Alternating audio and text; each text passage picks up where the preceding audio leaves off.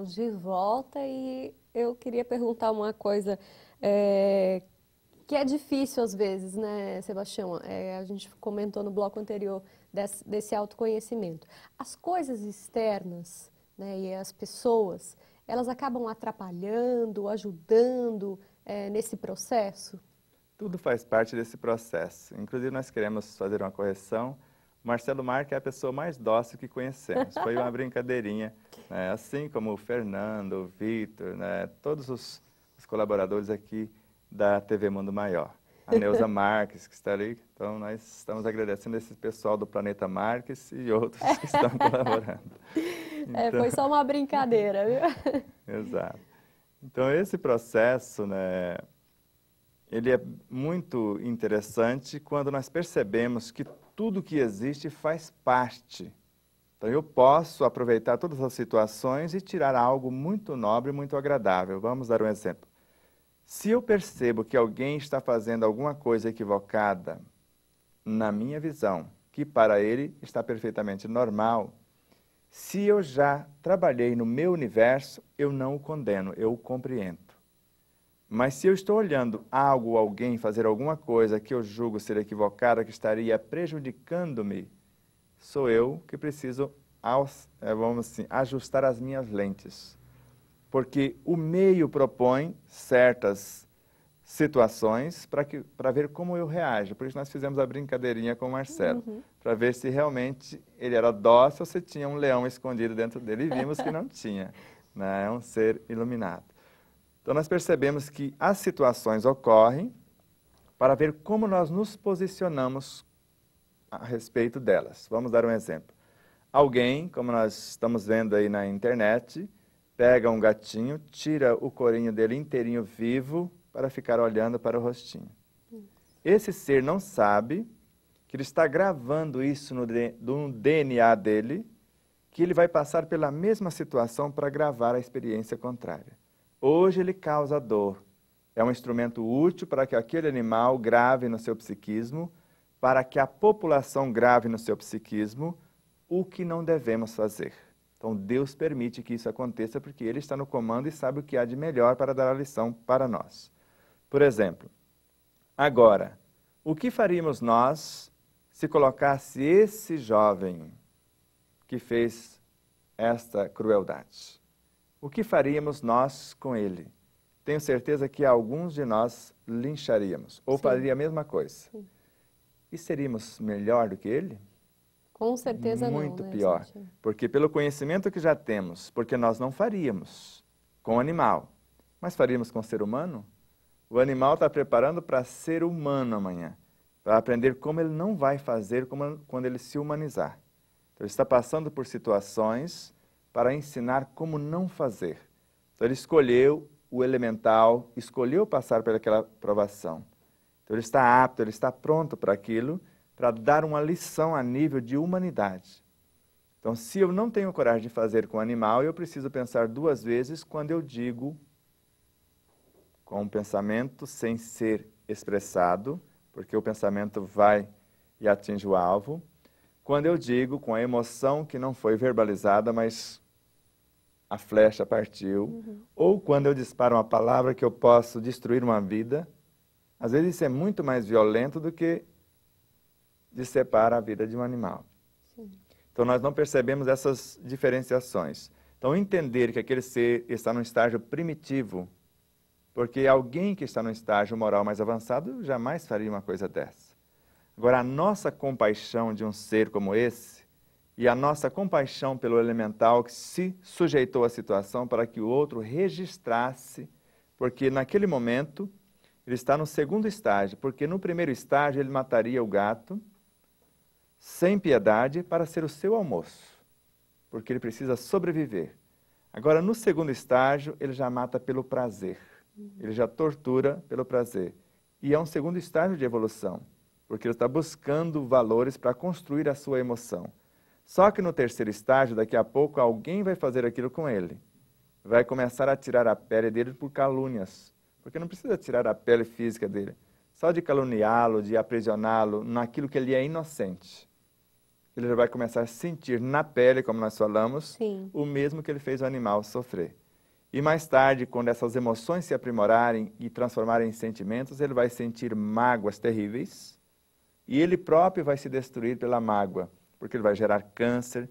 Então ele vai, certo, se reciclar perante a lei com a sua própria conduta, porque se ele não guardar mágoa, porque é um estágio, no início ele vai guardar mágoa porque são estágios, e a mágoa própria vai colocar isso em pratos limpos, porque vai tornar-se enfermidade e ele vai passar, às vezes, por um processo de hanseníase, onde ele vai ver a sua pele queimar como fogo, só porque ele tirou a pele de um animal.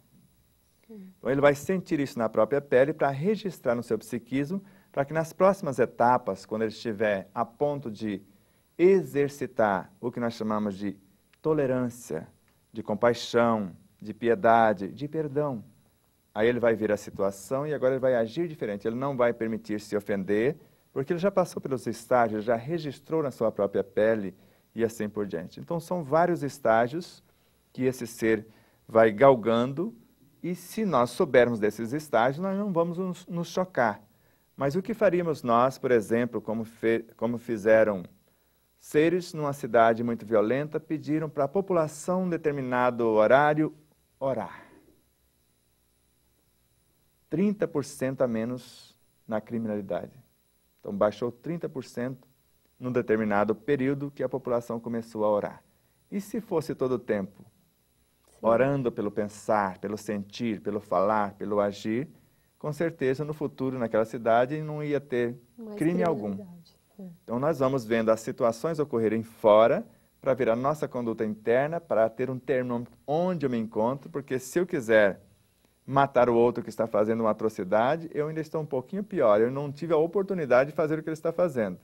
Allan Kardec alertou isso na obra A Gênese, nós colocamos aí no livro também. Então a pessoa às vezes não mata fisicamente, mas a cena inteira desenrola na mente dela e ela grava tudo aquilo no perispírito que vai refletir no corpo físico. Aquela violência vai ficar incubada. E quando ele tiver a oportunidade de fato, ele não sabe como fez para acontecer aquilo. Só que ele construiu aquelas realidades e na hora que realmente surgiu a situação, ela eclodiu. E aí, queira ele ou não, aquele instinto, aquela ferocidade sai e às vezes a entidade, que seria a alma que estaria gerenciando isso, fica com cara de bobo, porque ela não sabe como aconteceu um negócio daquele. E às vezes não é um obsessor, não é alguém que assumiu o nosso corpo e nem é às vezes conteúdo de outra personalidade.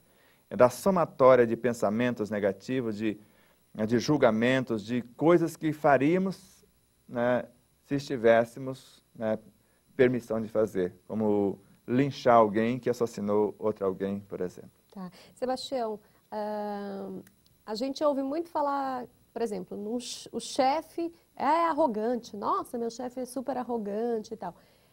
Na verdade, nesse processo de autoconhecimento, essas pessoas aparecem na nossa vida para mostrar que, de repente, nós também somos arrogantes, porque a gente não se reconhece como arrogante, por exemplo, né? Imagina, não, ele que é, eu não. Nesse processo de autoconhecimento, isso acontece ou não? Não necessariamente. Isso acontece. Então, quer saber quem é uma pessoa, dê poder a ela. Assim já diz, né, o pensamento dos sábios. Então, nós sabemos que nós temos o chefe que necessitamos ter. Então, se eu quero um trabalho melhor amanhã, eu preciso fazer mais do que eu fui contratado para fazer neste. Porque se eu fui contratado para fazer tal coisa pelo empresário, e só por conta do chefe meio atrapalhar ou meio autoritário, eu deixar de fazer só como se eu estivesse vingando dele, eu estou pedindo demissão. Então, a cada negligência no nosso trabalho por conta do chefe disso ou daquilo, eu estou pedindo demissão e algum dia alguém vai me demitir. Pode ser o chefe ou não. E se eu fizer além do que eu prometi fazer, eu posso conquistar o próprio chefe. Porque temos a obra de Nelson Moraes, onde uma pessoa tinha uma desavença contra a sua chefe, ou o seu chefe, vamos colocar nas duas vertentes. Sim. Então ela começou a abraçá-la, ou abraçá-lo com amor. E imaginar o chefe que ela gostaria, pacífico, ordeiro, solidário, fraterno.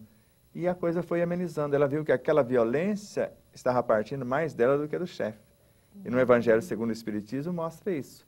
Se formos consultar a nossa consciência, lá no fundo, nós podemos ver que às vezes o outro está sendo médium. Nós projetamos nele e ele pega o chicote e vem para cima da gente só para a gente se fazer de vítima, porque são estágios evolutivos também. Então eu coloco as palavras na sua boca, eu te provoco, você me ofende, não falei que você era isso? Só que eu, que às vezes mandei o conteúdo, você só verbalizou o meu próprio conteúdo.